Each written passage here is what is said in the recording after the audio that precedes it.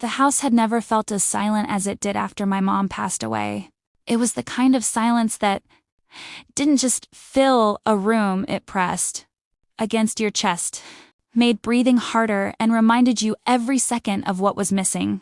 Her favorite wind chime on the porch still hung there, unmoving, as if even the breeze didn't dare disturb what remained of her presence.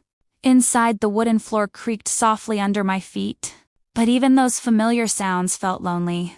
My dad, once the strongest man I knew, now moved like someone twice his age. Before, he would greet me with a warm, "You're home," whenever I visited.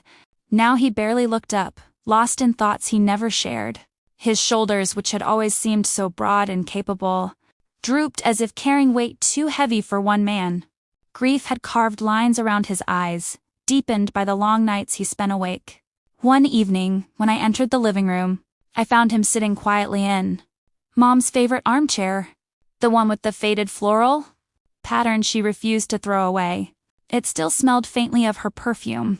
He was holding her old lavender scarf, rubbing the edge of the fabric between his fingers. His expression was distant, yet filled with an ache I didn't know how to soothe. "Dad, you okay?"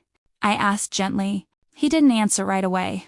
Instead, he closed his eyes, took a shaky breath, and held the scarf closer to his face.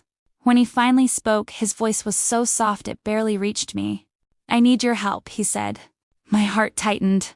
The man who had always been my rock, who taught me to ride a bike, who stayed awake all night when I was sick, who never asked anyone for anything, was now asking for help. "With what?" I asked, sinking into the seat beside him. He looked at me, eyes wet, filled with fear, confusion, and something I had never seen in him before: vulnerability. "I don't know how to do this," he whispered. "I don't know how to live without her." The words hit me harder than I expected. I had been grieving too, but in that moment, I realized something painful and true. While I was hurting, he was unraveling. My mother had been his partner, his balance, his heartbeat. Without her, he was lost. And for the first time, I understood that I wasn't the only one who needed support. He needed me too. The next morning, the house felt just as quiet, but heavier somehow, as if the air itself carried the grief that neither of us knew how to release. My dad called me into their bedroom, a place I had avoided since Mom passed. The scent of her perfume still lingered faintly, mixing with the morning sunlight that fell softly through the curtains. He stood by the wardrobe, his hands trembling slightly as he straightened the rows of neatly folded clothes. My heart thudded in my chest. What was he about to ask? "I want you to help me," he said, his voice low, almost afraid. "I can't do this alone anymore." I froze. "Do what?" I asked cautiously. He gestured toward the wardrobe, the shelves, the drawers where Mom's clothes had been carefully arranged for decades. I need to pack her things." The words hit me like a punch. Pack her clothes, her memories, the tangible pieces of her life? I felt my chest tighten, my mind spinning. "Dad, why now? Why would you want to do this?" He sat slowly on the edge of the bed, staring at the floor. "'Cause every day I wake up hoping I'll see her again, hoping she'll walk through the door wearing one of these outfits. I know she won't, and I can't keep living like this. Trapped in yesterday. I need to start moving forward. But I can't do it alone. I need you." The vulnerability in his eyes made my own throat tighten. For so long, he had been the pillar, the rock, the person I turned to for comfort and guidance. And now, he was asking me to be his support, to help him take the first step toward healing. I swallowed hard, trying to push away the surge of grief and disbelief. "Okay," I said softly, finally nodding. "We'll do it. Together." A small, almost imperceptible relief washed over his face, mixed with gratitude and fear. He wasn't just asking me to help pack her things, he was asking me to help him let go, to guide him through the first act of moving forward after the hardest loss of his life. For the first time in months, I saw him not as an unshakable parent, but as a man learning to navigate the depth of his own pain. And I realized in that moment that helping him would help me too. We would face this together, one folded sweater, one carefully wrapped keepsake at a time. And maybe, just maybe, we could find a way to live again. We started slowly, one box at a time. I sat on the floor of Mom's bedroom, my dad beside me, surrounded by her neatly folded clothes, carefully organized shoes, and little trinkets she had collected over the years.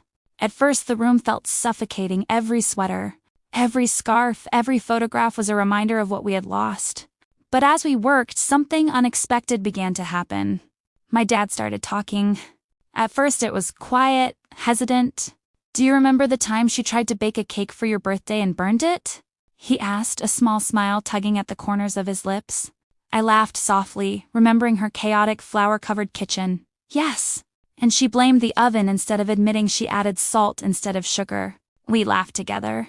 The sound light and foreign in the room that had felt so heavy for months. For the first time since Mom passed, the house didn't feel empty. It felt alive, filled with her memories, yes, but also with our stories we hadn't shared in years. Moments we had forgotten in the grief. As we folded her dresses and packed her scarves, my dad found an old box tucked behind a dresser. He pulled it out carefully, revealing photographs of Mom as a young woman, holding us as babies, laughing with friends at parties, her hair catching the sunlight in ways that now seemed like magic. We sat cross-legged on the floor, going through each picture together.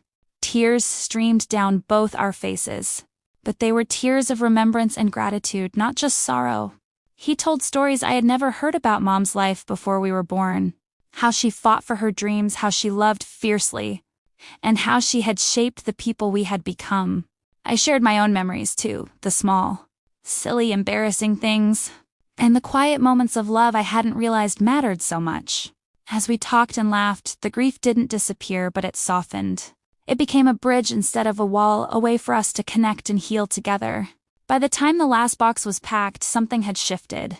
The house was still quiet, but no longer heavy with sorrow. The silence now carried peace. My dad looked at me, and I could see it in his eyes. For the first time in months, he felt hope. And I realized in that moment that healing doesn't come from avoiding grief. It comes from facing it together. When the last box was taped shut and labeled, the room felt lighter than it had in months.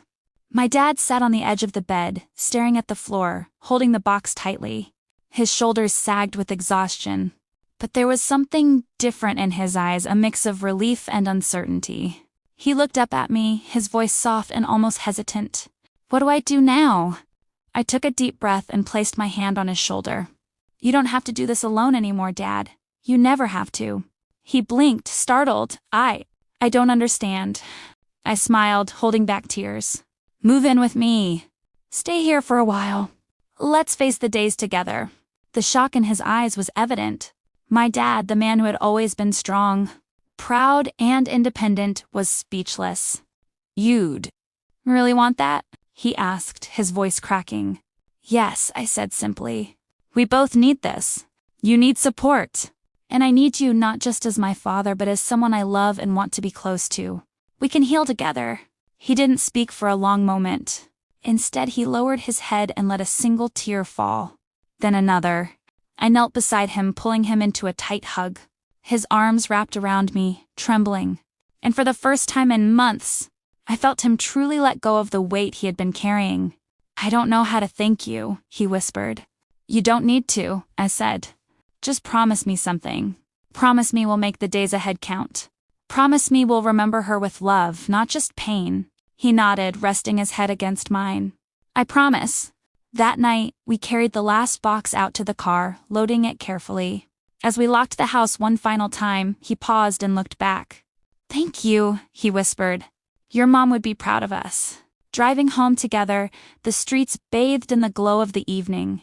I realized something powerful. Sometimes the most shocking requests are not about tasks or chores. They're about trust, love, and connection. My dad's request had been terrifying at first, but it opened the door for both of us to heal. By standing beside him, I didn't just help him move forward, I found my own strength, my own peace.